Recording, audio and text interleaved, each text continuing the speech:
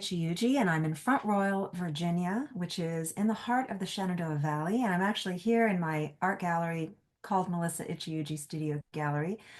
And currently we have an exhibition up called Untamed, and I'm thrilled to have Teresa, your work, in the show. And so thanks for getting together with me today to talk about your work.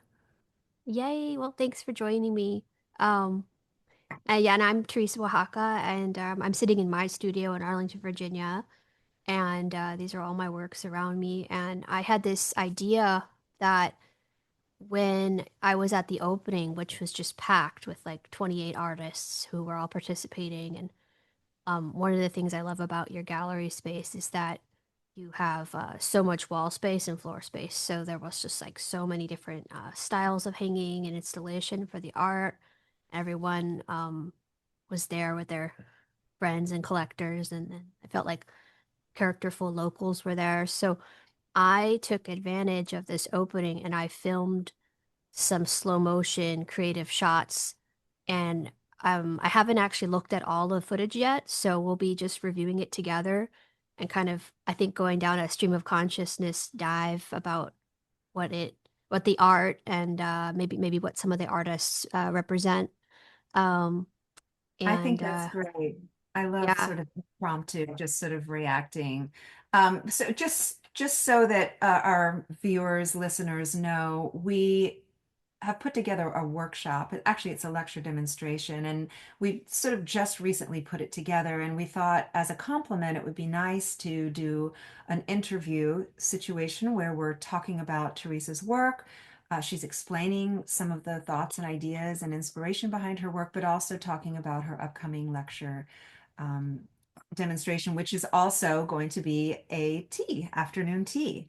So on the heels of that, I'm also putting together a podcast video experiment called Creative Outlaws. And so we're hoping to sort of merge these two ideas today, where Teresa is going to show her video montage. We're going to speak about it. And this is something I would like to also present as part of a series called Creative Outlaws, where I speak with creative artists who are doing things sort of outside the lines and are pushing boundaries in various ways, either with their materials or their ideas. So just to get that out of the way right off the bat. yes, we're truly multidisciplinary. Um, all right, so Renaissance women. So everyone enjoy the painting behind Melissa because this is probably the most in focus image you're gonna get. Um, my video making style is a little um, creative, and I do this for several reasons. One reason is like when shooting people in public, I feel like as someone who used to get a lot of like photographers just taking my picture when I didn't want it, or bothering me in the street a lot because I have a sort of a distinct fashion style. Um, I got really tired of it. So now that I'm doing some photography, I feel bad photographing people without their permission. So everything is going to be a little bit like obscured, but I also like the dreamy quality. So I think it's um, super interesting. I mean, it's a whole other dimension of the artwork. yeah. So It's, you have a piano in your gallery, and you I had a do live have, pianist. yes, and whenever we have openings, I like to have live music because it's one instrument. I've tried to vary the styles of pianists. It's sometimes been jazz, a little bit classical. The gentleman we have had this last time, Caleb Nye, is very jazzy, but also some more contemporary music. So yeah, I think it really adds, and especially the space is sort of cavernous and it really carries. Oh, look at that. That's so beautiful. Yeah, I Do didn't you, do all the filming. My boyfriend Daniel did some of it. So you and I will appear in many of the shots, as you will find. is this a post-production thing or is he doing it in time, the effects? Oh, this is all in time. Yeah. So the only thing I've done is I've just put the clips together in no particular order, and I've done a little bit of color grading on them just so that they bring out, you know, I don't know what, the colors of the gallery. So the prism effect, or however you want to describe it, is done in camera. Yeah, Oh, yeah. okay. So I had a big little suitcase of effects, like a magician's box with me that I was playing with. And I think there was actually a funny moment. It was right behind the wonderful drink bar. And I just kind of like crouched down on the floor and I was changing a lens. And I think your husband was like talking to Daniel. He's like, "Is she okay? Is she all right?" He's like, "Yeah, she's just changing a lens." But there was just like nowhere to change the lens that was a good spot. So I was just constantly Yeah. ducking down below people's radar and changing the effect creatively. So do you have to actually change a lens or it's just a flick of a switch? Um, I do shoot manually, so I change a lot of Mm. the settings, you know, for exposure, but I also have like a lot of filters and things like that that I apply. Um, Yeah, so these are this is beautiful. this is a cool wall. It's got Jody Mussoff and it's got is it Akemi Magawa with the Akemi giant. Magawa. We've got Jean Kim back there with the sort of vertical, what are she calls boots. We have, let's see, Olga Sushkova with a yellow painting, and then the bird above that is Neil Stavely. We've got Patricia Underwood, left-hand corner, Joel de Orzo, the amazing chairs. Yeah, it was really fun being in this show. I was really excited when you reached out to me. I didn't know a lot of these artists, but I had heard of Jody Mussoff for years because I did printmaking with Skip Barnhart, and he had her prints all over his studio.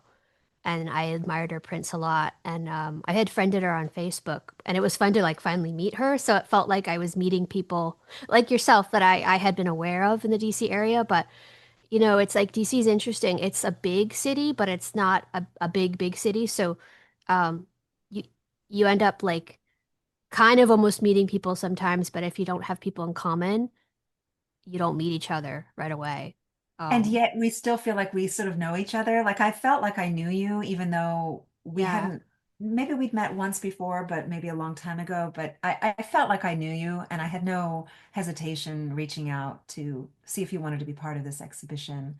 And I was so glad you said yes, because your work is so perfect Oh, for. absolutely. Actually, so the first time I ever heard about you, um, I was taking like a summer college credit course at the Corcoran, and I was probably like 16, and I think you were doing a modern art piece on the steps of the Corcoran, Oh, and yes, a there was a duration. newspaper article about it.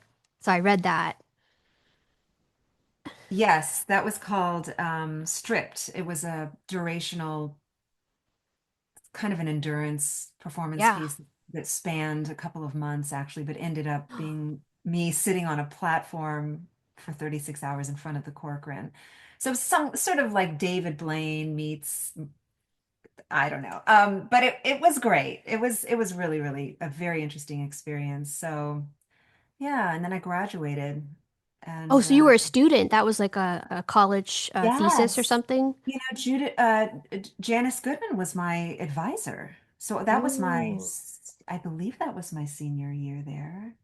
Yeah, so I had a wow. whole career before going to the Corcoran. So I was a non-traditional student, meaning older, basically. So I had had a whole other career before going into fine art. And oh, look. Oh, there you are with guests. Yes, Do you know those people? I met them that night. They're Adam's friends. One of them is Adam is a law enforcement officer. And Yeah, so that's one of those, interesting.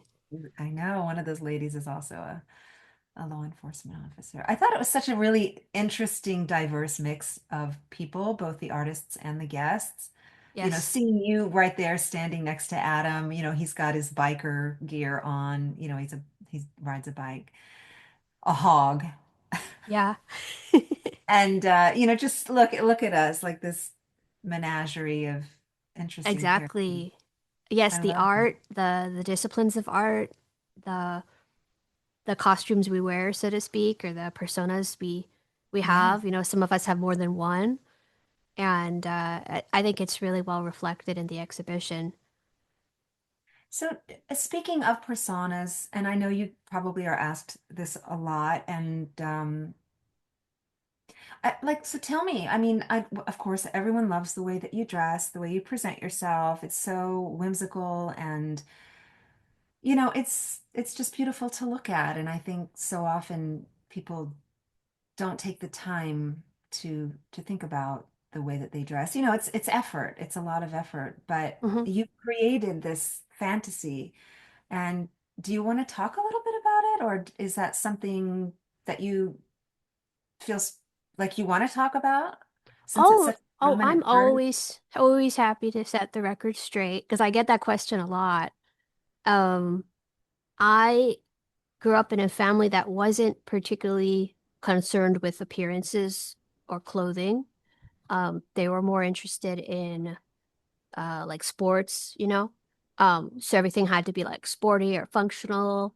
Mm, And um I didn't really fit in. Like I always was reading science fiction or fantasy books like on the bleachers, like dreading my heat because I was gonna have to like compete and I hated competing and like even if I was the fastest person, like I would feel bad that I was gonna beat people. And then if I wasn't, I would feel bad that I was letting down the team. Like I just never felt comfortable mm, competing. And there was always something uncomfortable about like being in a bathing suit or like if it's outdoors track and field or like in a very like revealing outfit. So I always wanted I think I had this longing to like for fashion and things. I just didn't know, you know. Um, and so I went to school in Florence, Italy, and I had a summer where I apprenticed with the artist at Nerdrum in Norway. And around that time, I was starting to sell some of my own work. So I had some cash and I was buying at the first like striped stockings and tutu skirts on the internet. And then it went from there. So I started building like a wardrobe of um, what I thought was nice clothing. And I think because I was in Florence and Norway, and so far away from my own culture, I had no shame in acquiring mm. pieces that I really liked. And I looked at things like alternative rock and fashion photography from like magazines. And I looked at, oh, obviously, because I was in school for classical painting, and I was in a city that had not just a lot of Renaissance museums and architecture, but actually a lot of 19th century. Mm. So I got very influenced by the 19th century. So I started trying to collect Victorian clothing and uh, modern clothing that imitated old clothing. So, It's so fun. I mean, I so admire it. There is a sense of fun, but you do take it seriously. Like you're very thoughtful about the way you put together your ensemble. But I admire your commitment to it. In fact, it seems like it's probably actually easier to just go ahead and commit to a genre rather than having to worry about what's, current. oh, absolutely. And when I was in Florence, I obviously was I was exposed to a lot of different ideas. And one of them that was very popular in Europe is sort of like capitalist critique. And it's sort of like I remember watching like these really well done programs that were like, okay, so this year the heels are flat, so we have to throw out the pointy heels and that's going to stimulate consumerism and we're going to just like flood the economy with more sales and then next year we're going to say like the bell-bottom jeans are out and then everyone's going to feel bad and they're going to have to pony up more money to buy like the thin jeans. Skinny You jeans, know what I mean? yeah. And I remembered that all from like high school too um and there was that thing where it was like there was this awful combination of most people didn't know how to sew so, traditionally people made their own clothes. So it was okay if you were poor, you would just make nice clothes yourself. But Yes. you had people who didn't have a lot of money, and then you had people who had a lot of money. And the ones with a lot of money could buy all the new clothes all the time. And it was just like exacerbating this already like hard time in people's lives. So um I was really glad to step out of that. So I never throw anything away now. It just all fits into one big canon of wardrobe. And I have several tiers. I have like a working dress for getting on an airplane or maybe teaching a class. And then I've got like fancy dresses for shows, which is like what I have in this movie on. So you wouldn't wear that for teaching, obviously. You get like your pearls stuck on people's chairs or something. And then I have Or like you don't want to get super oil fancy. paint. Yeah, you get oil paint on it, right? And then I have like super fancy clothes for posing in for the art. Mm. And I can put other people in those too. It doesn't just have to be me, but um so they're Well, useful in many ways. so do you use a lot of models in your work? I I know you do. have in the past, but Well, not routinely. just in this show, there's me there behind the pianist's head. So I'm modeling for myself, but there's I think two other portraits. There's a semi-nude woman with a lot of dolls. Hmm. And then there's another woman Yes. with a lot of birds. So those are models. Okay, so the one behind me is not you. No. Mm, okay. So tell me about the painting with the dolls. I'm sure you get a lot of questions about that. It makes people uncomfortable a little bit. Not me. Yeah, I like the, juxtaposition of the innocence and the sort of salacious. What do you it's think? it's part of a trio that was commissioned by this woman. And she wanted to make kind of boudoir paintings. She wanted me to make boudoir paintings for her and her husband. And I think two of them were received well, but that one was not received well, probably because of the babies. It wasn't sexy Uh, enough. yeah, there was a conflict there. Have you ever been asked to paint something that you weren't okay with? That was just too much? One time I did, and I tactfully turned it down. Um, it was actually it was an artist who I think he went to Harvard, and he's active. Do you know James Mahoney? Gosh, that sounds so familiar. Um, he's It- probably in his 60s, where maybe does he he's live? um he lives in a condo in DC. Oh, okay, so he's a DC person. Yeah, he's curated shows. He's got like long dark hair. He's a nice guy. Oh, I know who you're talking about. Yeah. Yeah. Yeah, he was very active in like the Katzen. I think he Mm-hmm. curated a show in like 2006 or 7 Yep, there I that I know went exactly to. who you're talking about. Um, so yeah, he's a really nice guy. He did this cool project that was called the Named Stones. So he carved the names of, well, some of the stones are named like Amor and Psyche or Isis and Artemis. So there's like 7 or 8 stones, and they're all in Bluemont Park in Arlington, Virginia. And they were part of like an installation, I guess, on a field. And then they moved them, so you have to go find them. They're all hidden in the park, and they have there's even a map to locate them that's like really old.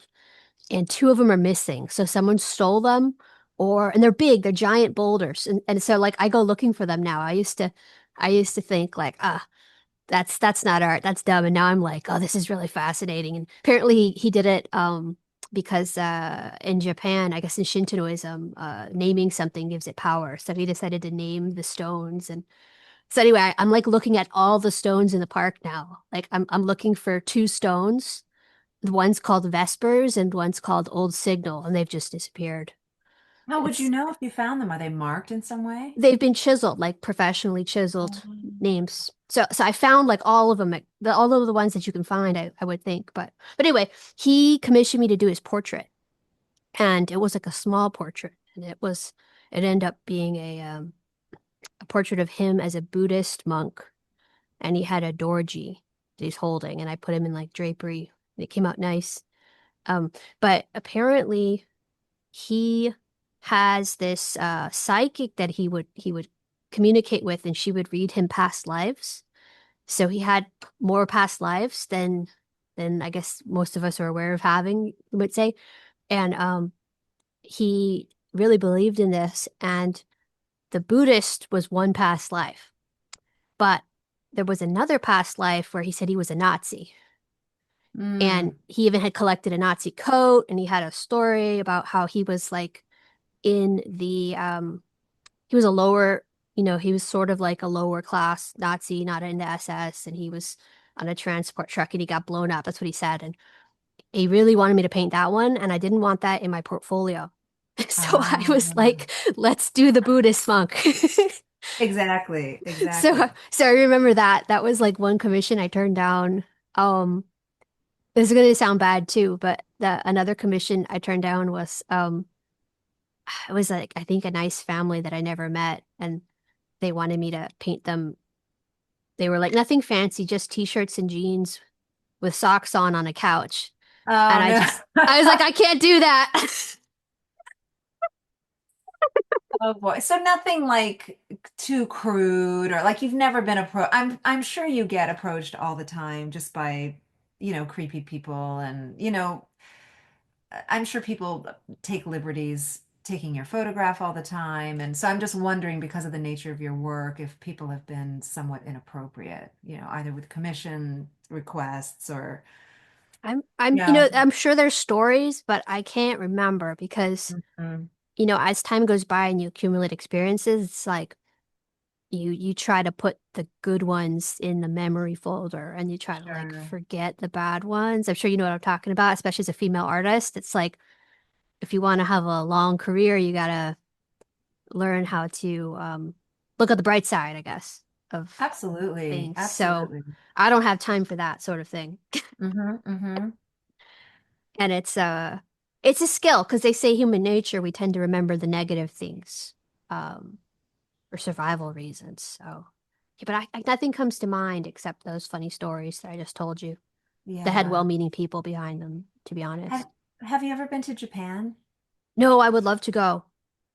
I'm sure, because a lot of these the outfits that you wear remind me a little bit of the Japanese trends.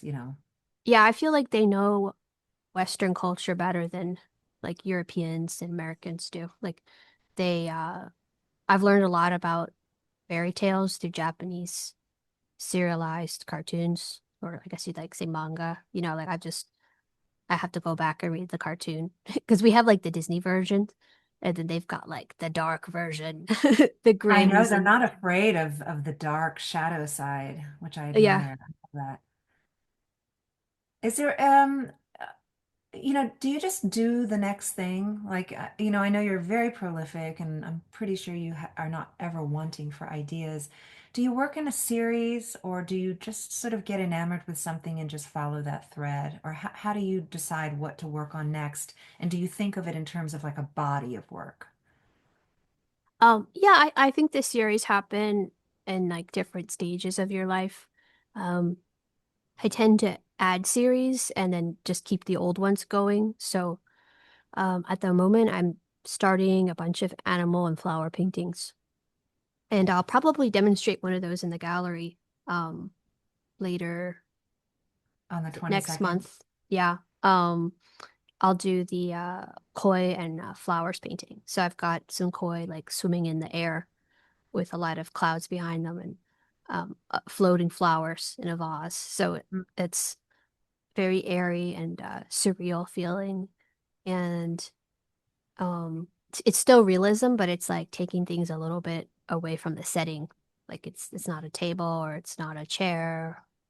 Um, but yeah, I just kind of feel like doing that right now. But I've also got some still lifes going on and a portrait commission and um I'm trying koi with everything. So I have like a self-portrait with koi, a tiger with koi, cakes with koi. Like there's just What's the significance of koi? I think I just kept seeing them. They are a popular artistic subject. Um Almost so much that they can be like kitsch, I think, but I I think I just saw like enough koi that I was like, I want to do this. So I started to do it. And I've been visiting koi ponds in the area and taking a lot of portraits of koi so that I'm kind of on a mission to paint all the koi in the DC area now. I think Akemi has a koi pond in her yard. Yeah, I would like to visit that one. Yeah. So I'm looking at the paintings now, and the one on the top with the woman with the dolls, and then the blue on the very bottom to the right, and even the flowers, the painting behind me. The one on the top seems a little looser. So do you often experiment with sort of a more looser, more loose vibe? Oh, look at the dog. Um, yeah. Or a more tight? Uh, yeah, I was I kind of bounce back between them. Um, the loose vibe is nice because you can get more ideas down faster, Mm. and it's better if you stand up and move back and forth. So it's a little more of like an energetic kind of experience. And then the tighter ones, you kind of have to sit and like brace your elbow and then kind of go all like Dutch old master on it. And yeah, it just depends on how you feel. Um, I'm I trying to love that. combine both of them because I am getting a little bit of a backlog of ideas, and so I need to paint faster again, it feels like. So, um, yeah, I've at the moment I'm kind of using both methods. Do you how do you get out of like how do you loosen up? For instance, could you ever imagine yourself doing a kind of Marlene Dumas? I want to say de Kooning, but I'm always trying to find female artists to use as examples because I get so frustrated when people give a list of examples of an artist or a writer or a scientist, and it's always men. Mm, Um, you know what I mean? And I think, okay, if I'm going to get mad about that, I better be on, I better come correct and have my own list. So anyway, would you ever consider doing something really loose, almost abstract? I have a painting or two that I've done that has an abstract background, and I was purposely trying to do that kind of American abstract expressionism. Uh-huh. Actually, there's a bird one on the wall. That's one of them, the cardinal Ah, with yeah, a yeah, background. yeah. And But then not I like a use Cecily Brown kind of like really. I mean, you're so refined. I would imagine it would be difficult to let that technique go because uh there's it's like a what yeah. I think there's a problem when like I like looking at abstract paintings and they look like they do set the room off nice, but when I do it, it does feel like a waste of canvas or it Hmm. feels like mediocre. Maybe I'm not a good abstract painter. Hmm. Um, but yeah, I feel like I kind of have to like save it with a more realized image at some part of the painting. At least that's how I feel right now about it. Um, but I might change that. Um, I've been trying to do things that have a little more loose background context, I guess you'd Yeah. say. Like I don't want the painting to look like a um I guess some people would say like a photograph, but I don't want it to look like a you set some things up on a table and copied it exactly, you know? So No, I your am paintings trying. always look fresh. There's always a freshness about them. They're never overworked, I don't think. And what I admire so much about you is you never seem like you just keep moving forward. You're incredibly prolific. I also admire the fact that you enjoy teaching and you're very open about how teaching inspires you and is satisfying for you. I think a lot of artists are a little reluctant to teach because there's that old trope like, well, if you can't do it, then you teach. Well, that's certainly not the case with you. Like you are managing both sides of those, the equation, like the teaching and the being a working artist. Do you ever, is that ever difficult, to do both? Well, I've never really had like a full-time teaching position. That would probably be difficult.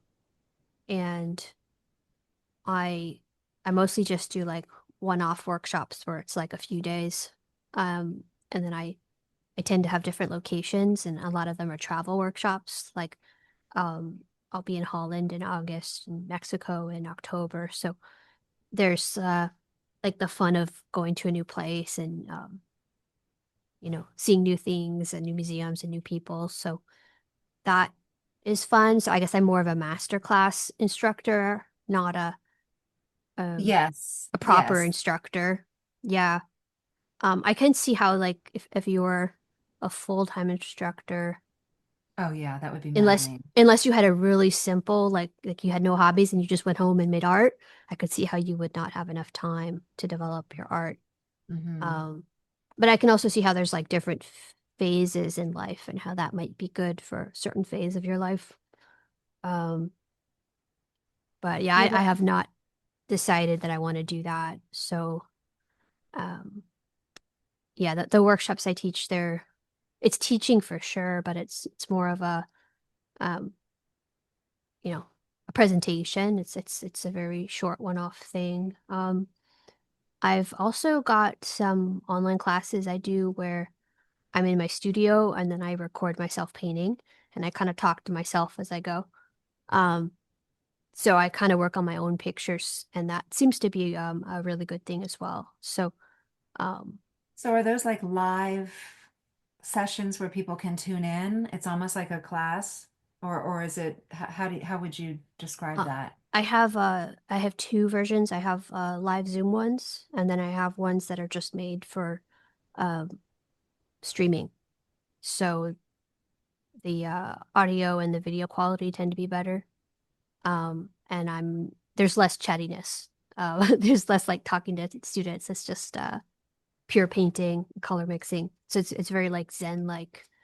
Um, Okay, so is it something that you just publish publicly, or are they like, do you market them as classes? Are they digital um, apps that you sell, or yeah, I just sell them on my website. They're just like online classes, I guess I call them, or pre-recorded classes. so even the Yeah. dreamy kind of more cinematic ones, it's just sort of like a keyhole into your studio? Oh no, I just use like a normal camera when I record my classes. Yeah, this Oh no, I just mean my like, hand okay, painting. yeah. Right. So you have two separate things that you sell on your website. One is like a more proper class where you're talking and demonstrating, and then are you saying you have a separate kind of video that you sell, which is more just sort of you working, not necessarily talking, just observing? Me talking to myself. Like, and now I'm gonna draw the outline here. Now I'm gonna Uh-huh. add this, and I don't know what's gonna happen. It's like live painting, Uh-huh. with like really good close-ups on the palette and the painting itself, and yeah, there's all sorts of subject matters. Yeah. That's great. That's great. It's a lot of work, isn't it? But it's fun, right? The editing and the filming of things and Well, I've figured out how to do it all live now. live. God be praised. Yeah. Wait, what do you mean? You mean like just off the cuff? Like, Yeah. Yeah. So I don't do any editing. I just have like three cameras that I can switch between and I have a palette view and um okay. a So view you of my just switch reference and then over. my canvas, which is the most important. And I'm not in it. It's just my voice, with a good mic. And the people who buy them, they say that it's very relaxing. So Oh, it's like a Bob Ross experience, right, right. but not Bob That, Ross, it's me. But it's like a lot of people watch them. They don't paint along. They can paint along, but they watch and then they'll like paint later. Yeah, yeah, I could see how that would be very meditative. yeah. And I try to make painting less scary and more fun, but I still show like hard techniques and real methods, I guess. Like I don't dumb it down. Hmm. So But d during the and we course don't of oh go ahead. no, during the course of this video type of video you're talking about, do you actually finish a piece? Like, do you keep coming back to Yeah, that one same piece? yeah. Yeah, it's like start to finish demonstration. Is it Yeah. hard for you to know when a piece is finished? Or are you pretty intuitive about that? Um Or do you have to set it aside for a while? I tend to take a long time on things because I have a sort of a perfectionism about it, but I think as long as the paintings are going in a way that's better than before, then it's good. You always want to reach a new level. That's what Hmm. I would say. It's interesting because, I know with dance, you train, you train, you train, ideally in ballet, because, if you can get that technique not perfected, but if you have a sense of kind of the precision of ballet, you can sort of go on to do almost anything. However, it's a little bit hard once you get that training in you to let it go. If you've ever seen Baryshnikov trying to do Twyla Tharp, he's always going to look like a ballet dancer Mm. doing modern dance. But I'm wondering, like looking at Picasso, okay, I gotta find female. examples. Looking at an artist that started out doing very representational, realistic things, and then the goal was to let it go and loosen up. Do you feel that that's a goal for you, or not necessarily? You're just doing, putting one foot in front of the other and Hmm. with no goal in mind. I don't know. I'm not sure that's a goal for me. It's interesting because right now I'm listening to a biography on Hilma af Klint, who Mm-hmm. um I was really surprised because the story is sort of taking place in the 1870s in Sweden, which doesn't sound like a very progressive time. But to my surprise, there were a lot of established older female court painters who painted kings and royal family and nobles, and they were making a living as females doing court portraits. So um, it and their struggle was to there was this thing like seances, and there was this Theosophical Yeah. Society. Like a lot of women artists were interested in sort of being Supernatural. conduits or mediums to the supernatural. Yeah, I had no idea how many there were. So I'm just in the beginning of the book, but it's really interesting. So um, I feel like they did the whole realism portrait court painting thing like over 100 years ago. So in a way with art, it feels like everything's kind of old news. Like the abstract expressionism's been done, the even the seance spiritual thing has been done, the realism's been done. So I kind of feel like we can do whatever we want now. And I don't think that one is better than the other or that you necessarily have to push forward anymore. In fact, there's a lot of people who think that some of the better art was in our past, which people always think, but um, so I'm more interested in looking at like all the art that's ever existed in our history and all Mm. across cultures and time, and just taking what I want from that. So, um, but yeah, I like what you say about the dance and the ballet. It does feel like after trying to paint in a classical manner for so long, I can't let it go. It's like I'm kind of stuck, knowing how to do that easily, so to speak. Um, Well, it's interesting because, we had an artist talk here at the gallery where, on Sundays we have basically panel discussions. They're pretty informal, but um, somebody in the audience, we opened it up for questions at the end, and a young woman in the audience asked, you know, uh, what do you recommend to do when you're stuck, when you feel stuck with your creative process? And somebody said, a lot of things, but one person said, well, you just do what you love. Just do what you love. And as I go along, sometimes I think it's best to build a life around what you're good at. And the type of work that you make is really what you're good at. So maybe that's not the worst thing in the world, that if you're, quote, kind of stuck, I mean, that's your language. yeah, yeah, and maybe being stuck is just you have to just move a little bit over, not completely change everything. You know, Yeah, it's yeah. just maybe a new subject matter or a new color on the What about a palette. series of men? I know you've done men in the past. Oh yeah, yeah, I have. I'm still working. I'm working on a big classical kind of portrait with Daniel as a knight. And it's about tons of flowers and a castle in the background and a giant snake of evil that he's like sticking a sword through, and cardinals and weird deer. Like it's like a King Arthurian legend kind of painting. Um, so I've always got some man portrait going Yeah. on. Um, Do you ever feel pressure or at all interested in making work that is timely, like a commentary on the times that we're living in?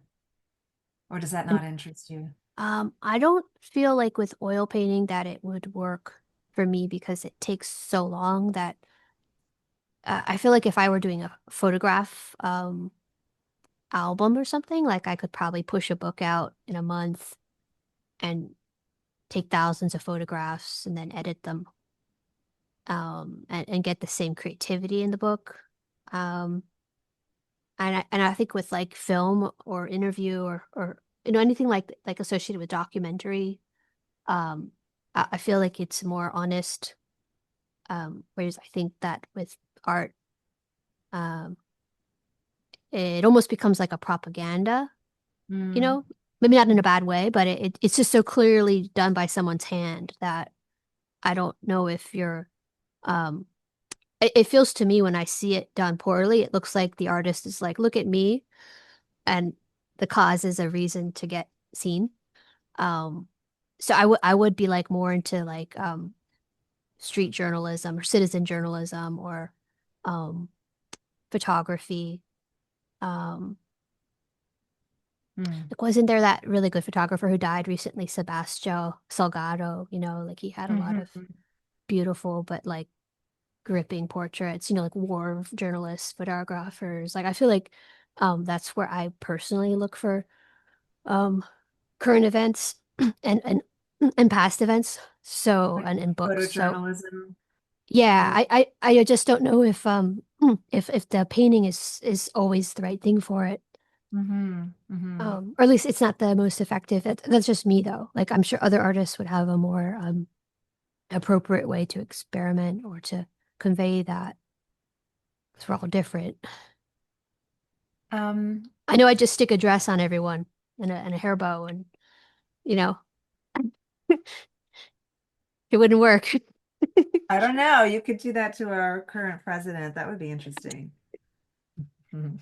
Um, your parents are alive, yeah. Yes. How do they feel about your work? Um, I think they like it. They like they always like the kind of the old master quality of like the oil painting, the traditionalism. I think they like the arts in general. They're pro arts. They're definitely not the kind of people who are like arts have no business in society. It's Right. not a real job. Um, Does their Art has no approval, value. They're definitely not like yeah. that. Does their approval matter to you? Is there always like a little voice in the back of your head wondering, or, is there anybody that you're often mentally running something by? Like, how would so and so Oh. think of Um, this? no, I think I mostly just try to make the kind of artwork I want to make. So that is the advantage of that. You don't have to worry too much about what other people think about it. And the world sort of being big enough, it's like there's always going to be some people that gravitate towards your type of work. And Um, that's probably the struggle a lot of artists have because I think some people are good at being popular on a mass scale, and then others don't have that skill and or that aptitude. And I think you shouldn't struggle to be um, super popular if you don't have that. It's not going to work. It's not true. Um, but then there's also this interesting thing where I guess it gets into like taste making and advertising. um, People can also be trained to like certain things or oh, influenced. just through repetition. Yeah, or larger narratives or I don't know, just it's like it's interesting what can make people like something or not like something. So I think about that too when I'm not too concerned about if people like my work. It's like um a lot of a lot of society or taste making is about like manipulation. Like, I mean, the most obvious example is just marketing, advertising products. It's a lot Right. of psychology and like genius going in there to manipulate people to get them to buy or think a certain way. And it's been going on for a long time. Oh, sure. And I've certainly seen a lot of just in certain elite circles, the social proof of purchasing a particular artist, and then the whole circle of associates also want to have that work of art because it's about status or not wanting to miss the trend or things like that. But and all you would need to do is see a painting in a famous movie or a celebrity's home, and then suddenly it's the thing to have. So there's so many factors at play. Yeah, so you might as well just, like you said, do what you love and what you're good at, and um, hopefully it attracts someone who buys it or admires it because they love it, and it's a more genuine connection that way. Sure. Well, it's so interesting. As you know, I'm an artist. I'm a working artist. I show my work, sell my work, but I'm now also having the opportunity to be on the other side, and it is so interesting to observe people that come in to look at the work, and it you can't talk somebody into liking something. People have come in here and they have known right away that they loved something, and it may not have been the piece that I thought that they would like. So everybody comes with their own point of reference and their own biases and aversions and attractions. And, that's why I love having such a diverse variety of artists here, is because you never know what's going to resonate with someone. Hmm. How's your experience in Paris been? You had a show there? Oh, it's great. The gallery that I work with there, I have known her since 2012. So I kind of jumped over the American market a little bit because when I graduated from the Corcoran, my thesis show there, we had a presentation, and Martin Irvine, who had a gallery at the time in DC on 14th Street, came to the opening and he wanted me to show at his gallery right away. And so we had a show there, and he took my work to Art Basel, one of the satellite shows, and a European collector from Brussels. He's actually quite a well-known contemporary art collector. His name is Alain Servet. He bought my work because my work at the time was a little bit edgy, to say the least. And it took a very particular kind of buyer. And so he was that buyer. And so he ended up being quite a champion of my work, collecting uh, several pieces. And so the woman who owns the gallery, Sophie Scheidecker in Paris, saw my work in his collection, and she was doing a show about the doll, the theme of the doll. And so she had Louise Bourgeois, she had Hans Belmer, she had Cindy Sherman, and she wanted my work in that group show. And so that's how I became familiarized with her. And so we developed a relationship, and she would take my work to FIAC, which is an art fair in Paris. And then we have done several shows. So that's how we got connected, is just sort of by chance, my work being seen in a European's uh, collector's collection. Yeah. Yeah. So this show that I just did, that we just closed last month, is has been our maybe fourth show. Okay. Yeah. Nice. Yeah, so it's a whole different world there. It's like I feel a little schizophrenic sometimes because, as you know, where I live is a little more rural. And then, going to Paris and putting a show together and the openings and the whole scene, it's it's it's like changing gears. But I love that. I love that. I feel like I can live different lives. Maybe kind of like when you teach, you can go to a different country and you've got inspiration, and you can use it all in your work and your inspiration. Yeah. Yeah. Yeah, that is quite a difference, Front Royal, Virginia and Paris, France. Yeah. Yes. I'm assuming there's way more visibility over there in Paris. It's a different demographic of collector. The collectors that go to her gallery or that are in that area, um, they're used to collecting Picassos and, very, very, a very elite kind of art. So they know what they're looking at. They are connoisseurs. And so when I go there, I feel very validated. The work is appreciated, it sells. And, I'm at the point now where, I don't feel like, I don't feel like knocking on doors Hmm. trying to find other galleries. Like I just, I don't know. I sort of sometimes feel like I've done that. you I know? mean, now there's the whole phenomenon too of just like the web, social media, people spending more time online and Yes. supposedly increased visibility. So I definitely have that feeling too. I get like, why should I have to go knock on doors when I can just stay in my studio, paint, Uh-huh. maximize my painting time, my creativity time, which involves like, having a certain amount of open schedule with no plans to do anything. Just if I feel like going on a run or I go to the zoo or I go to museums or Yes. I start a new painting, it's like I need that.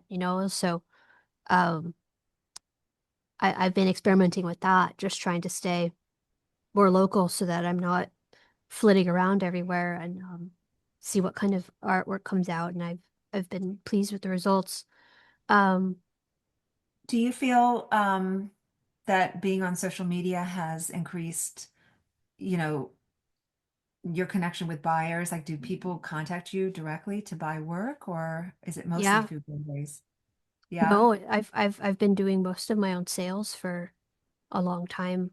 Um, with your show, I'm getting back into like exhibiting and being in Mm-hmm. galleries, but I've mostly just been doing my own work um for my studio and selling it.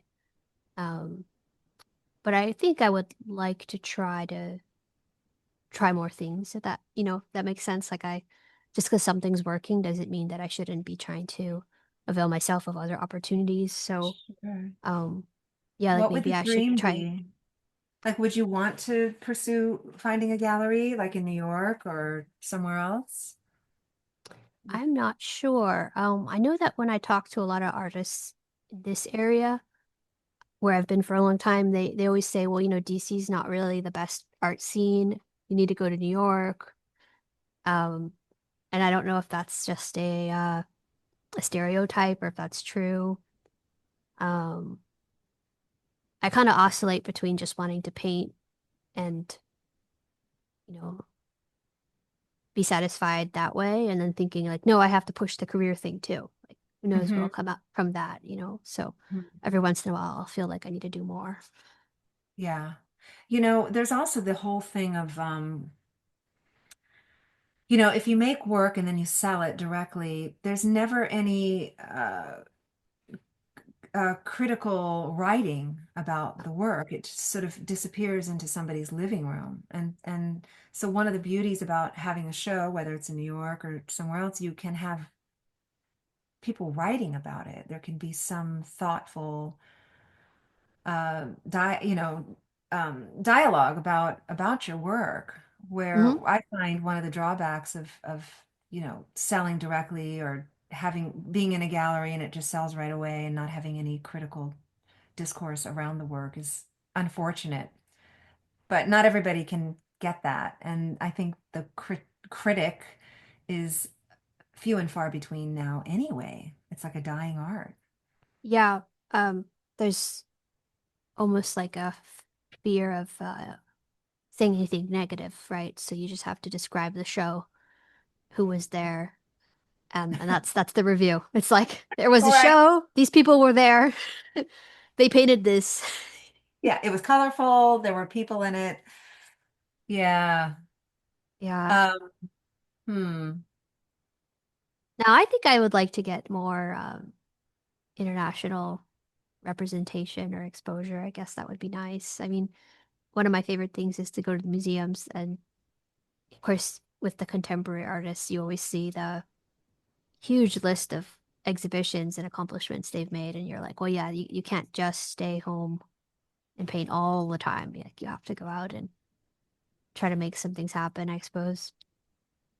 Yeah, and listen, I'm telling you, if you build it, they'll come. That's the other thing. It is a creator's economy because, theoretically, you can produce your own shows. You can reach out to press, you can garner attention on your own.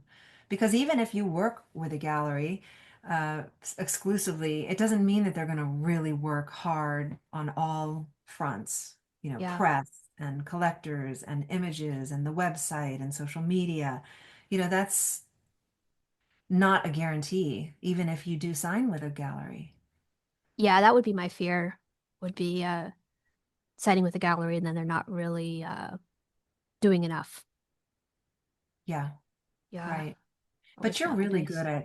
at all of it, the documentation, the social media of it, the website, the classes, you're really sort of touching on all points of exposure. You have a web YouTube channel Hmm. and Which I'm hoping to get, like doing more things with it. So, um, for a long time, I had a kind of a paralysis. Like I was like, if I don't make a perfect video, it's not worth posting. And um, now I've got a book club going on. So we just did Georgia O'Keeffe Alive.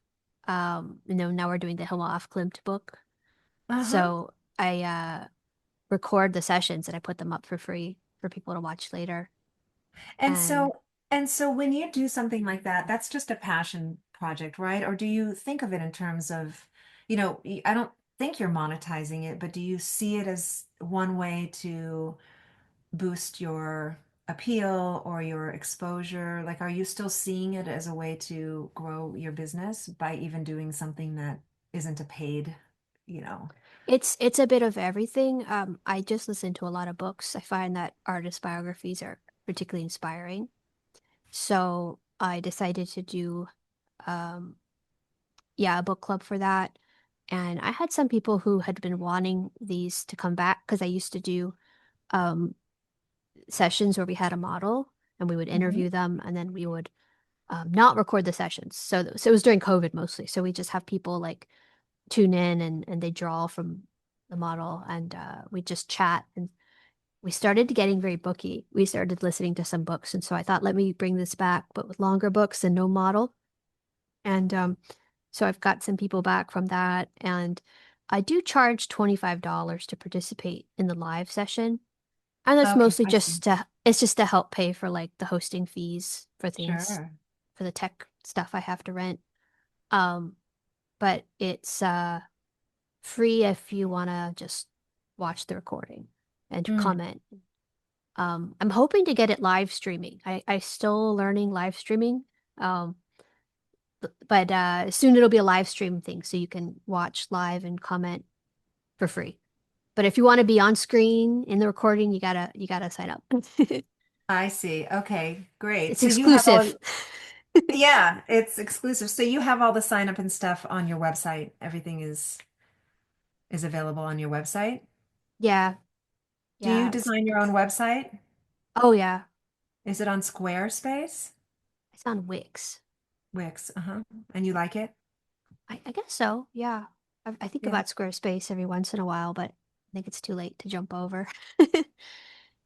Yeah, you seem very good at the I like all your little press releases on social media and it seems like you do a lot of Photoshop and you have good fonts and colors. Is that Well, all it's you too? something, yes, I do everything myself. It used to be that I would depend on somebody and I got to a point where I was like, you know what? I can watch a tutorial. I can figure this out. And of course, as time has gone on, the tools have become much more accessible and easy to use. So for the graphics, it's like Canva and, I do edit all my own videos and I do my website. It's like anything, if you just take the time and just set aside time to learn it, anybody could really learn it. It is time consuming, I'm not going to lie. But it's hard to give up that control for me because if I hire somebody to do a newsletter and they mess it up or it's not, maybe it's just I'm a control freak, but I No, I find feel it, the same way. yeah, it's Yeah. just there's so many components even to a newsletter that I feel very reluctant to hand it over to somebody. It's also an art form in itself, how you present the work, how you advertise it and write about it, especially with social media now. All the videos and the podcasts and the updates. It's like the timing, the color, the font, like it's all an art form. So we've all become like actors in our stories. I know. Yeah, it's gonna be really interesting because like historically speaking, we just had at most like we had journal entries, or maybe a book. that was all we had. And like for some artists, we don't know anything of what they thought. Like Hieronymus Bosch is one that I'm like really curious about, but there's just not a lot of information about him or what he Uh-huh. thought. And then as you get closer to the 21st century, you have artists like pouring their diaries out or their lives out. Like Georgia Mhm. O'Keeffe is like really well. She comes across really well in her letters she wrote over her Yes. lifetime. Have you And ever been to her, have you ever been to her place in New Mexico?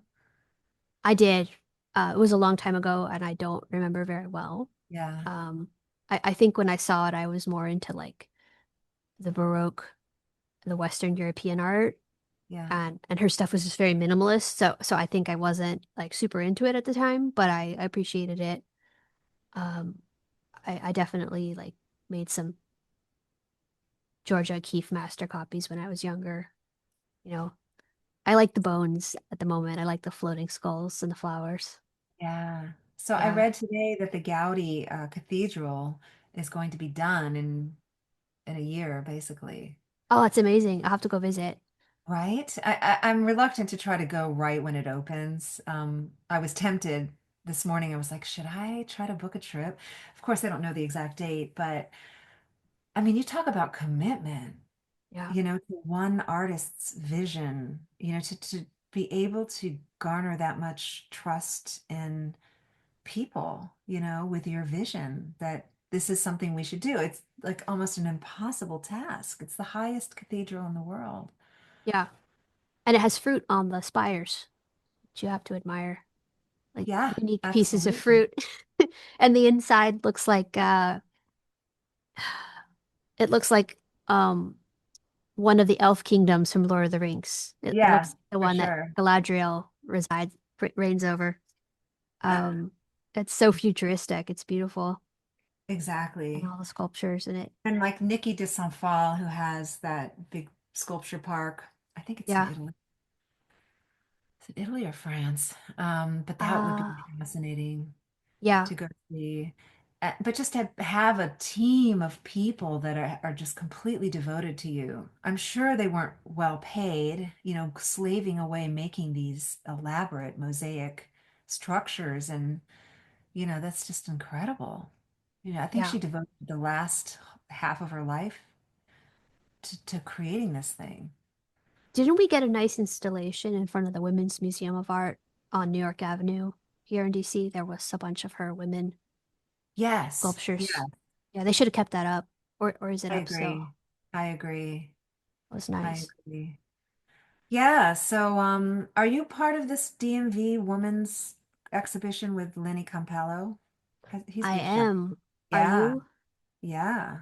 I'm In excited. fact, you've heard it here. I'm breaking the news. We've just talked last week and this is going to be one of the venues. Oh, excellent. I Yay. know. So we will be representing, actually this area is considered now Northern Virginia, which is a little hard to believe, but It's technically, growing. yeah. And so this will be sort of the Shenandoah Valley headquarters of that whole show. It's growing. That show is like a monster now. But I think it's Yes, great. I think it's great. I do too. Um, Yeah. I'm excited because I get to be in the Katzen. Well, it's interesting because I was in the Katzen, but they don't have the money to deliver my sculpture, that big, huge steel sculpture. And so I said, well, I'm not bringing it. So why don't I just do a show here? Oh, And they that's said, okay. nice. So Jody will be here at the gallery, and this way I'll be able to put a call out to artists in this area, more of the women that are, say, for instance, participating in this show here now. Yeah. So it'll open up a whole new demographic of female artists out I this way. think, yeah, I think what you've done is very smart having your own gallery space. I think that um, a lot of artists I talk to wish they could do that. I think that, and this has nothing to do with the Katzen or Lenny or anything, but I feel like historically artists have had a lot of runaround from galleries and the representation problem. And there's something nice about just being able to be like, well, I'm having a show here, you know? Um, Well, it's not without a hell of a lot of work. But it's okay. I love it. We bought this building years and years ago, back when, nobody wanted to live in Front Royal. And all my friends were like, "What are you doing out there?" I mean, we were living out here when I was going to the Corcoran. So Oh, we've been that's a here. long commute. I know. And so this was Wow. before I had a child, and my husband worked on K Street, and we would commute every day. But you get used to it, and it wasn't the worst thing, it goes by very quickly. But yeah, so we were out here before anybody wanted to be out here. And Okay. now after the pandemic, now a lot of people are moving out here because it's only an hour outside of DC, technically about an hour and 20. Yeah, But it's a lot of nice. people that come in the gallery, either they have second homes out here or they've just moved out here altogether. Well, Yeah. how much does your sculpture weigh? Oh, Is the that big the steel one? one? Yeah, The weight isn't the problem. It's the unruliness of it. It's ungainly. It's difficult to get out. It was at the Katzen Center originally. I made it for the Katzen Center because I I did a show see. there Yeah, at the Alper Initiative, and they have this big atrium, and so it was actually made for that space. But I don't feel like dealing with putting it in a truck and moving it and all that stuff. And I think it would be a more interesting experience to host an all-female show here. yeah. So are there just going to be exhibits all at the same time, or are they going to be like opening nights staggered so that we can They're a little hop? bit staggered. They're between September and October. Okay, Mhm. So that's they're good. staggered. Yeah. Uh, yeah, so good. Yours will be at the Katzen. That's great. I'm excited because I've never been at the Katzen, so I Mhm. wanted that on my resume. Absolutely. Yeah. I think that's really great. So I'm making a nice frame for the painting, and I guess I'll be driving it over whenever the Is time it a new comes. painting or something? It's relatively new. I finished it in 2024. Yeah, that'll be fun. I go to openings there a lot, so it'll be nice to have a piece up. Definitely. And of course, you can do your, social media montages and talking about your work. And, it's always a great opportunity to film things and photograph things, have people come. I'm Yeah. surprised at how many artists, I invited artists to come, like use this gallery as your living room. Invite people to come and film, talk about your work.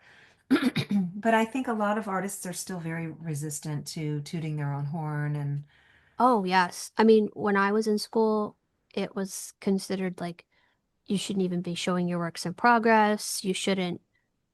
Um, you should wait until you have a body of work and then approach the best gallery or nothing at all. Like there was all these rules that maybe worked for an earlier era, but it doesn't work at this moment in time, you know. And yeah, that's why I'm kind of excited about just like all the different opportunities we have as artists right now because we're sort of rewriting how we get seen and how we promote absolutely. ourselves. And I suppose it's kind of like you were saying about um, when do you know a painting is finished? I suppose it's like when do you know you're successful?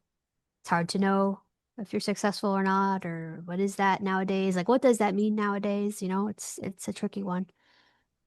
It is a tricky one because it depends on what the goal is. Is it critical acclaim? Is it, making a living? Is it, yeah, it depends on what your goals are. And I think those goals change. Yeah, absolutely. Um, I like that bird on the cloud. That's kind of fun, sticking out Isn't right it now. great? And there's Yeah. two of them. There's two of them. They kind of make a pair. I saw It'd you be sold great. the fox. Was I that the sold the same art? box, Yeah. yes. And that's a perfect example of a collector that walked in, looked at it, pointed at it, and said, and kind of glanced at the tag and said, "Okay, I want that." Yeah. No discussion, nothing. They just knew Nice. right away. And it had to do with something very personal. And so it's Oh, so funny, like you just never know. I sold a painting like that once. It was on a King Street in a gallery, and it was a doll, like an antique doll from 1890, and it was holding a skull.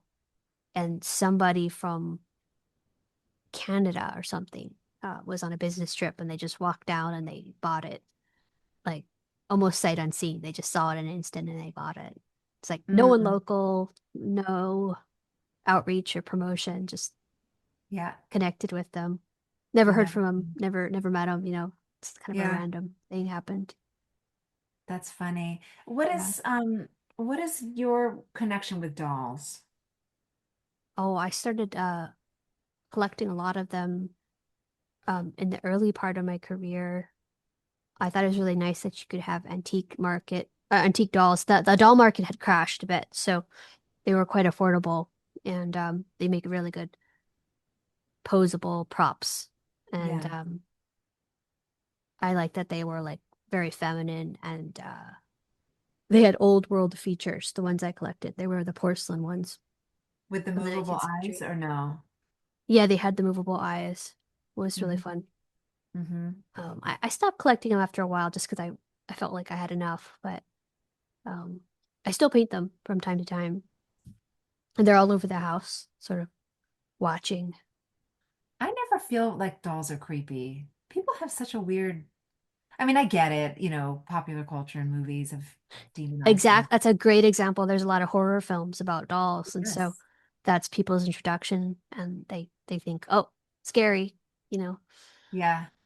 It's the so weird. perfect I love example. dolls. I collected dolls, all sorts. My mom got my sister and I something called Bilo babies, and there were these little, well, they weren't little, they were almost infant size, like firstborn, but they were porcelain Yeah. or ceramic. They weren't shiny, they were matte, like a bisque. But they were so, I never played with them because I felt nervous to break them. And so they stayed in their boxes. And sadly, I sold them. And I so regret that now. Oh no. And my Oh, mom would pack them in like wood chips, cedar chips, so that they didn't have moths get in them. But, I wish that those kinds of dolls came back because it really teaches a child to be careful with mm, things. yeah. What have we lost by not having things that are fragile? Whether Hmm. it's a teacup or a porcelain doll, you know? Yes, and if you break one, you feel really bad, and you cherish it more after that, or you understand what it means to cherish something a little Yes. better. Yeah, and your Yeah. sense of touch and your sense of like, yeah, like the delicacy of how do you hold something that's valuable and fragile.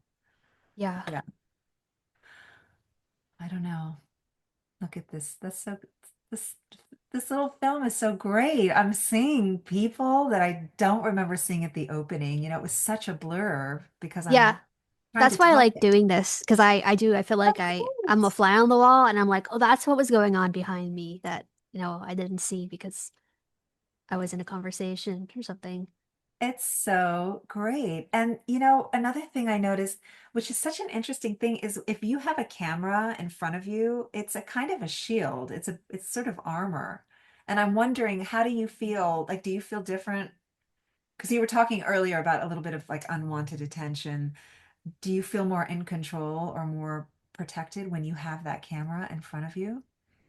I'm sure I do, but mostly I feel like I'm always creating something. So I'm making a You're just in record. yeah. Yeah, or I'm processing the world like with the way I would as an artist. And like I'm trying to frame things or look for compositions or maybe get new ideas to paint. So I feel like I'm always on, like I'm doing the art, you know? Yes. Yes.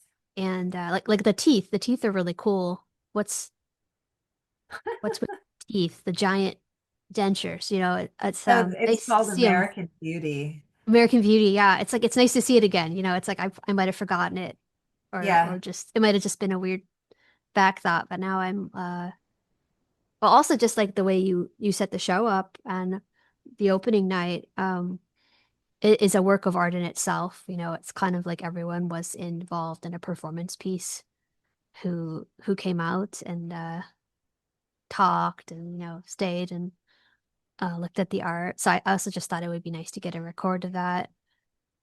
It's so Um, great. I'm so glad you did this. I really, it's so amazing. I'm glad that we're doing this voiceover because I had this idea before um before I mentioned it. I had the idea for like a long time, and had never done one before. And I have a lot of videos like this of other openings, and I just like was just waiting to make the perfect video and put it on YouTube and never did it. So now it's like, I found a format that works, like this is um enjoyable conversation, and it's not going to take any longer than a conversation, right? It's not going to take like 30 hours. So I can do it now and give it a life online. But yeah, for sure. I think having the camera, it's even like a little bit threatening, isn't it? So if you're a bad actor and someone's holding a camera, you're less likely to act out to them because then you become a A photograph of subject of, you become art of someone else and then they have power over you. So it's like um I've noticed people uh in public or just anywhere I get a little less problems from people. Um and it gives me something to do. Like I it's probably not apparent, but I did a lot of talking at the show because it was like 3 hours. But in the little yes, still moments, I'd grab photos and videos, and it was like it yes. kind of kept me awake and full of energy. Well, it also takes you outside of yourself. I mean, that's another reason why I love putting shows together of other people's work, because being an artist can be so, self-reflective and self-referential. And like by having a camera, like you're suddenly focused outward, uh, and not, it gives you something to focus on, to not other than yourself. Like, oh gosh, I have to talk about my work, or is anybody going to come up and talk to me? Or not that you have any problems like with social anxiety, but I could imagine for some artists it's uncomfortable to be at an opening in a way. Oh yeah. Well, I've gotten used to it. I mean, because I've done so many workshops and talks and show openings. But yeah, I don't know, it makes it more fun. I don't know, explain, it just does. Yeah. Um, Actually, there's an artist I think I didn't get to talk to. There's always someone you wanted to talk to and you just couldn't fight your way through the crowds. It was a young woman and she had abstract pieces, and I think she's the only one wearing a Yes. burqa. Yes. What's her work, or Yes. what do you know about her? How did I discover her work? I saw it somewhere and I asked her to be part of the show. And I just loved her work. I thought it was so interesting and mysterious. And I noticed that on all of her social media, you never saw her. And so I didn't Oh, know anything about her personally. I only knew her work. And so when she showed up, um, I'm trying to see if I can read something about her. Yeah, I don't really, she's very, I don't know if private's the right word, but she's not effusive. She doesn't share much about herself personally, especially on social media. So I don't know if that's part of her culture or if it's just her way. But I think her work is really interesting. hmm, yeah. And Yeah.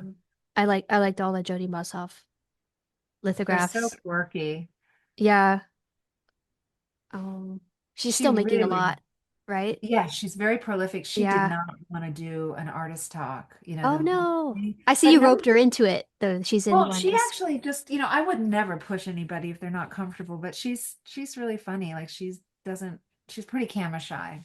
Oh, But she agreed to do it. She just called me and said, okay, yeah, put me down. So she'll be here this weekend. excellent. Yeah. There's my Yeah. sister with the short hair. That's my sister. Oh, excellent. I didn't know. Yes. Very cool. I have one sister. And do you have sisters and brothers? I do. I have two sisters. They're in some Okay. paintings, but they're not in any of the paintings at this show. Older or younger? Younger. Artsy? No, no, I'm Oh, the no. one. I'm the weird one. Oh, here's the main In the street. best way. I've got your Oh, town. interesting. Wow. So I like how you have this old town Main Street um kind of. Yeah, it's funky. It's definitely rough around the edges. What I love about it is kind of like the Wild West, Yes. and it's so unexpected to walk into an art gallery that would show contemporary art. And that's what I love about it, is it's so unexpected. So I don't mind being sort of off the grid because then it's remarkable and people do talk about it. Yeah. It's unexpected. It's like, wait, there's this gallery in Front Royal and really great artists. So I'm Oh, noticing really sophisticated people coming to Front Royal to come into the gallery or coming in the gallery. And not that they have to be sophisticated, but it's just nice to know that the word is getting out. good. Yeah. Yeah. Yeah, I And mean, one of the, people go to Luray Caverns, so why wouldn't they go to the yeah. gallery, you know? It's Well, a and Skyline destination. Drive is right around the corner, the entrance to Skyline Drive. Yeah. So yeah, but one of the reasons we have these programs, the free talks and stuff, is so that the community doesn't feel intimidated. I've been kind of going out of my way to try to make sure that, people that actually live here feel comfortable coming in and that they have an opportunity to learn about art, to meet the artists. And so I do my best to try to get the word out. The local press has been incredibly supportive, always doing stories about the openings and the events. So that's been very helpful. Um, Sometimes I think about the artist Cy Twombly. I don't know much about him, but I was Hmm. listening to a biography on this female photographer who lives in like Sally Lexington. Mann.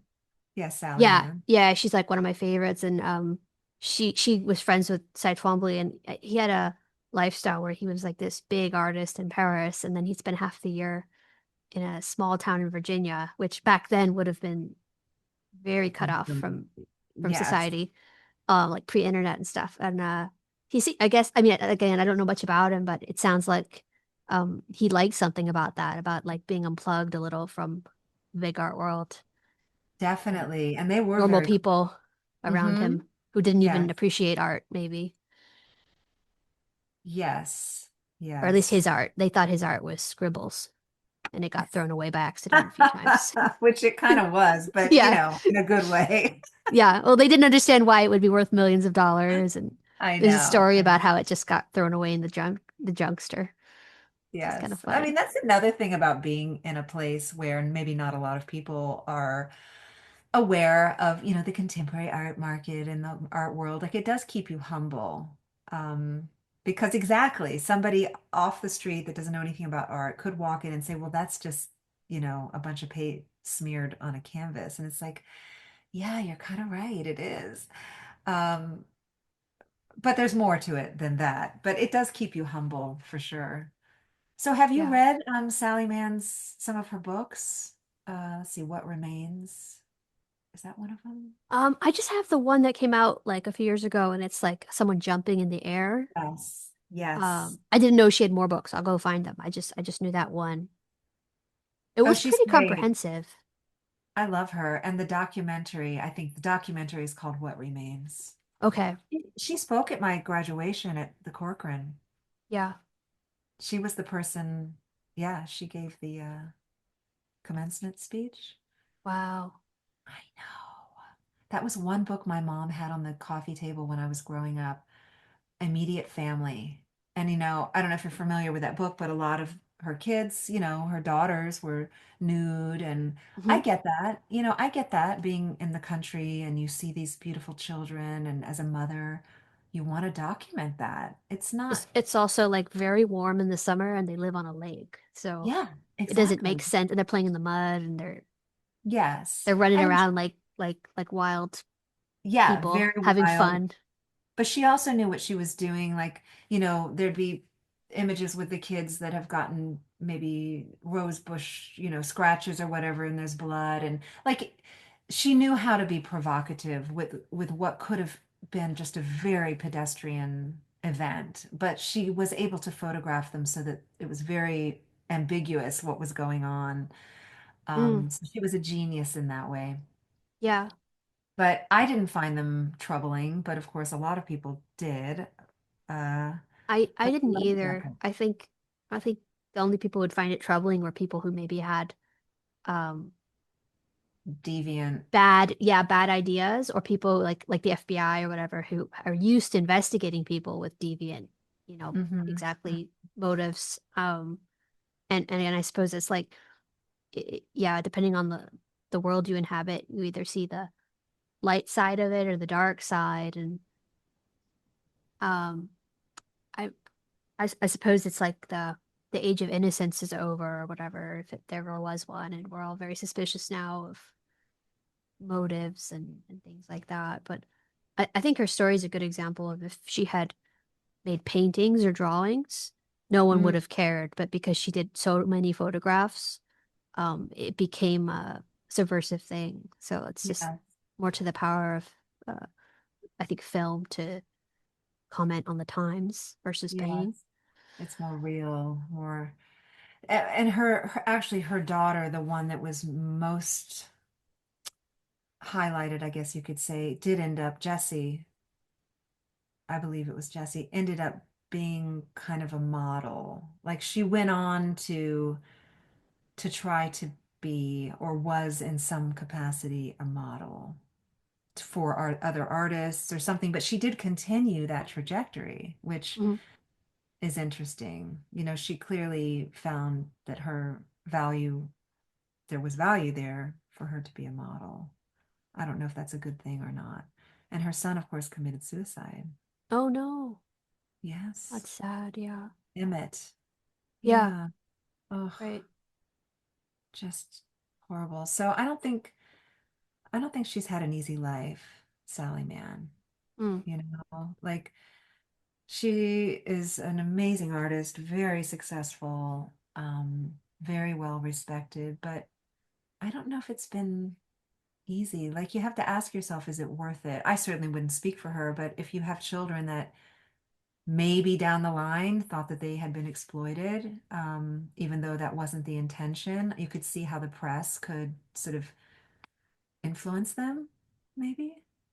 I see. I'll have to look into the Emmett story. I don't know if that was in the book as much. No, it was later. It was later.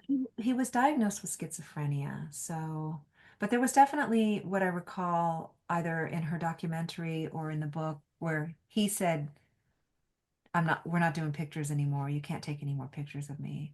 And there is a photograph of him in the lake or the water, and it's kind of like the water's dark and he's shirtless.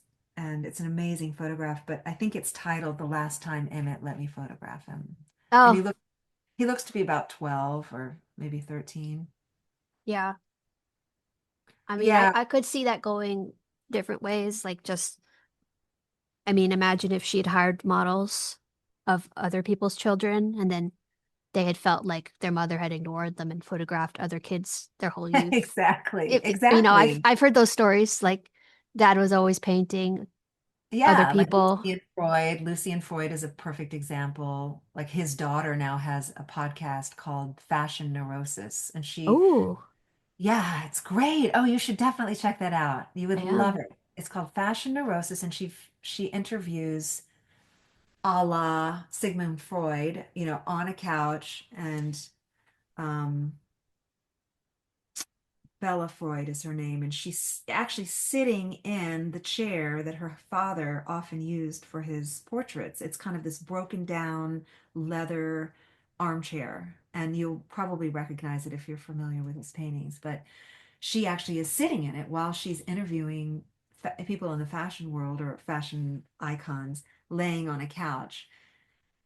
And there's a Francis Bacon painting up there, but you would love it. But she often talks about how she was kind of, you know, I think she had a great relationship with him, but you know, he was a painter and he was busy and she wasn't the only kid and, you know, there I was definitely, actually, yeah. oh, sorry. And I actually heard worse things. There was this book called Breakfast with Lucian, and it was a journalist who got a lot of like interviews. So I guess the only time you could talk to Lucian was like when he was having lunch or breakfast. He always left the studio and went to like a local place. So he got a lot of talks. And he did a lot of interviews and he was particularly interested in the kids, of which there were many. And there was something weird going on where, like, if Lucian wanted, if you wanted to see Lucian, you had to pose for him, usually naked. Ah, And it interesting. didn't matter if you were his daughter or his granddaughter. It was like he wanted you to pose naked because that's all he did. It was like paint. That was the price of admission. And yeah, and apparently if you refused, he would just cut you off.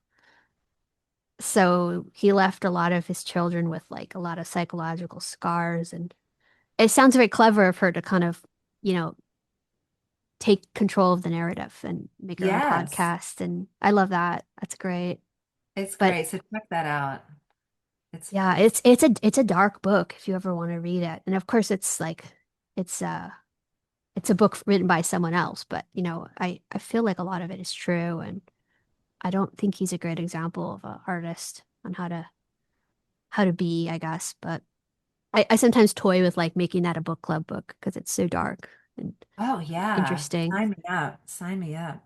Yeah, maybe we Um, could do that then. You could be that'd my co-host. be fantastic. Yeah, it's not easy being an artist, especially as, a parent. You really have to guard your time.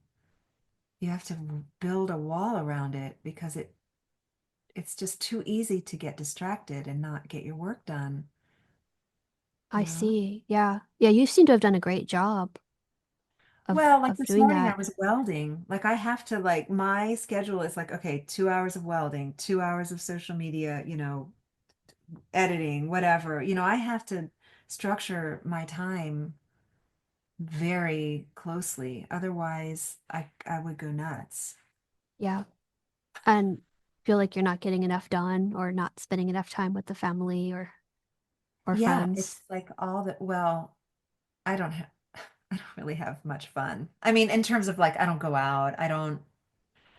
I just, yeah, I think I'm a bit of a workaholic, but I love it. Our I work love, is fun though. That's the trade-off, right? I Like, feel most fulfilled. I mean, yeah, it's so satisfying.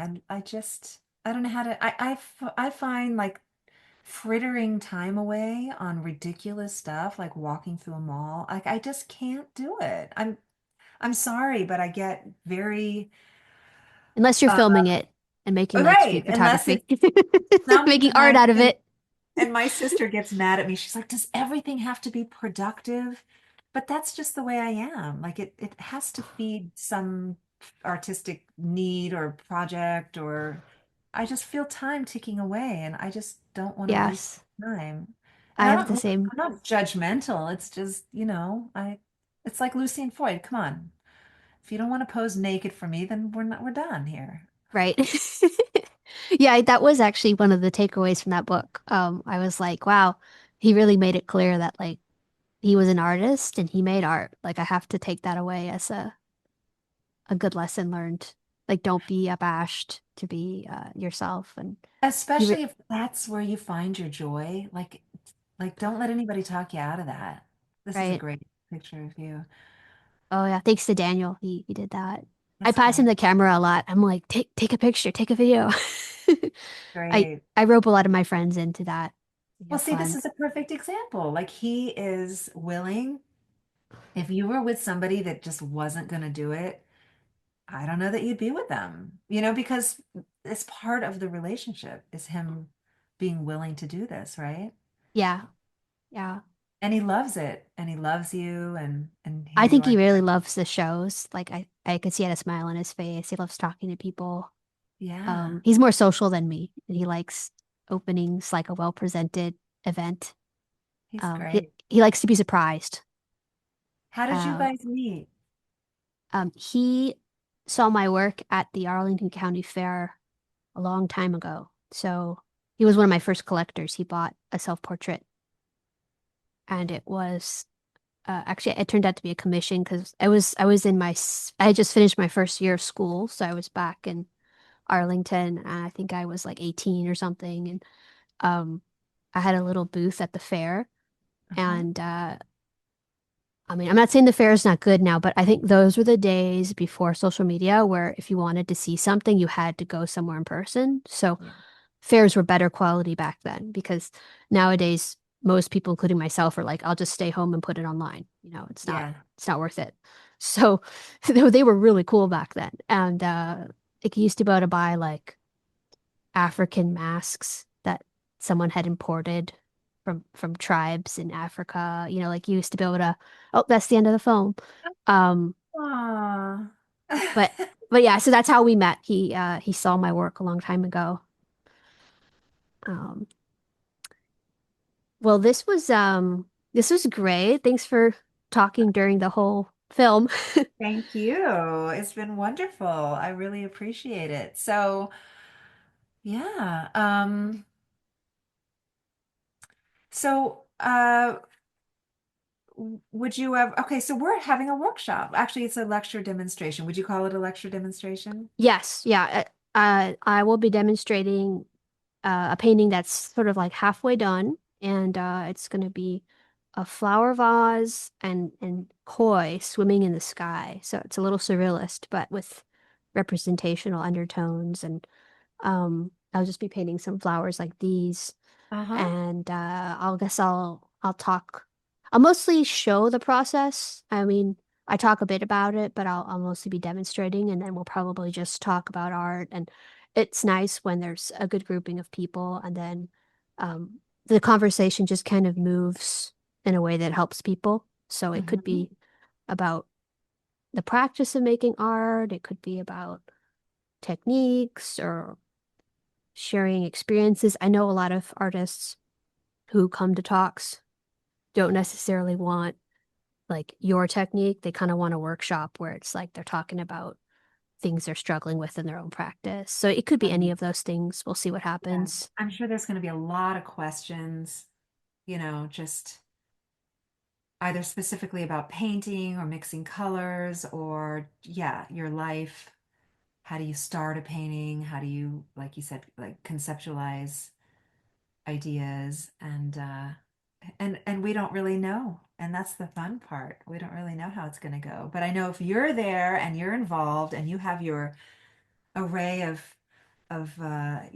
still life and your painting, it's going to be amazing.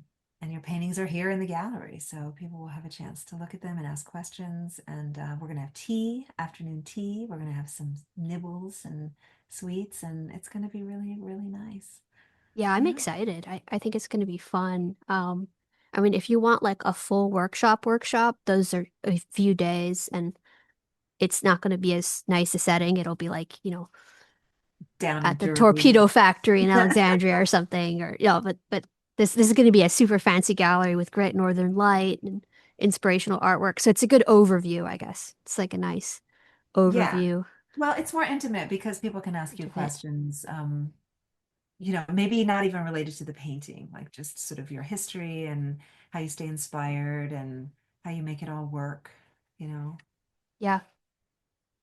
Should we Yeah. record it or should we just let it be private? Yeah, What do you that would think? be great. I mean, it is 4 hours, so I Yeah. mean, maybe between the two of us, we could put some footage together. Yeah. Like, how do you do that usually? Do you set up a camera or? Um, I could probably bring a camera with a shotgun mic. That way it just captures like the whole room. Hmm. Could just be Hmm. fun. We could we could have that. I mean, I have a wireless mic you could wear, and we can have speakers as well. So that, Oh yeah. I'm thinking of having you on a platform. Oh, okay. Yeah, we can do that. That way you're elevated, Yeah, so people aren't looking over heads, that you're elevated, and we could put a mic on you, sure. and I Yeah. can, and I can hang your paintings so everybody can reference them. All right. Yeah, it's a Yeah, I like show. that. I like that. Yeah, it'll be great. We'll have a Maybe I can buffet. bring some extra koi paintings. I have like two I could probably bring over if you want. Definitely, Yeah. definitely bring anything and everything. Or to see the start and the finish that way.